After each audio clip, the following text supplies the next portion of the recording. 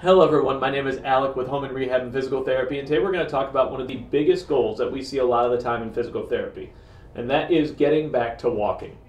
Now there are a lot of injuries that can affect how people walk.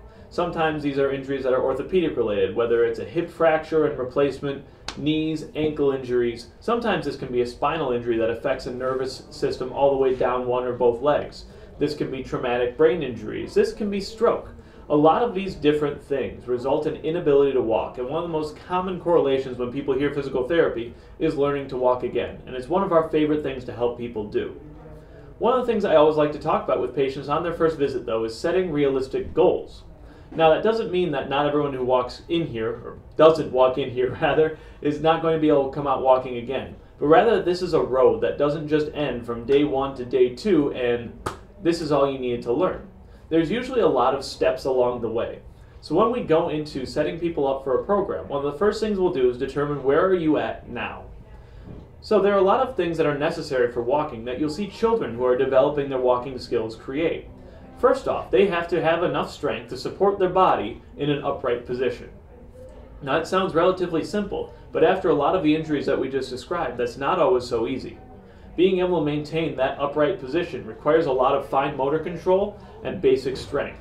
So very often some of the early phases of physical therapy involve strengthening the legs and won't involve you standing on them at all. Now that doesn't mean we're not working towards getting you walking. What it means is that we're targeting making sure that you have some of the basic building blocks to get there. Another very common thing that feels a little bit more related once you get there is weight shifting.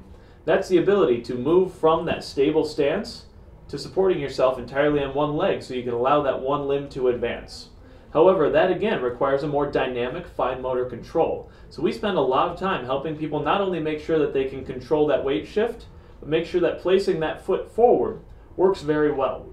It's very important for us to make sure that we're looking at each step along the way to getting people back to walking, because there's a very large difference between being able to move your leg and being able to put it exactly where you need it at exactly the right time. Now, once we get to the advanced stages of walking, once you can make those initial steps, you'll notice when a kid learns to walk, they look a little toddly, thus the name toddler. But for most humans, as we're relearning to walk after any sort of injury, we often reach that stage. We'll give it more fancy names like an antalgic or an ataxic gait. But very often what that means is that that person's not walking quite how we expect. Tuning in that fine motor approach, learning to walk more normally, having more control to those steps can be a long process.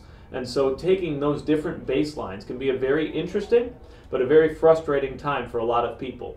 But we always want to let people know that that's our thought pattern. So learning to walk is not quite as simple as it was when we're children, because now we're trying to make sure that we understand these building blocks as we go along as adults. Just like with linguistics, children seem to pick things up a lot faster. They have a little bit more plasticity to their system than adults do. That doesn't mean that we're not perfectly plastic, but it means that it takes us a little bit longer to work through those stages. So, if you ever have the need to work in physical therapy for learning how to walk again, keep in mind that this long road has some very important milestones along the way. And your therapist is going to help you keep track of those things, making sure that you understand the difference between sitting and moving your legs and being able to control your stance. Stance control to weight shifts to taking your first steps, and taking your first steps to taking good steps. All of those different stages along the way can be very exciting if you look at them in the right light, and we want to make sure you guys understand what our thought process is and why we might not be moving you directly onto your feet when it seems like that's our long-term goal. Those long-term goals are very important, but those short terms are the ones that make up the most important parts of treatment. Have a great day, guys. If you have any questions about stuff like this, please let us know.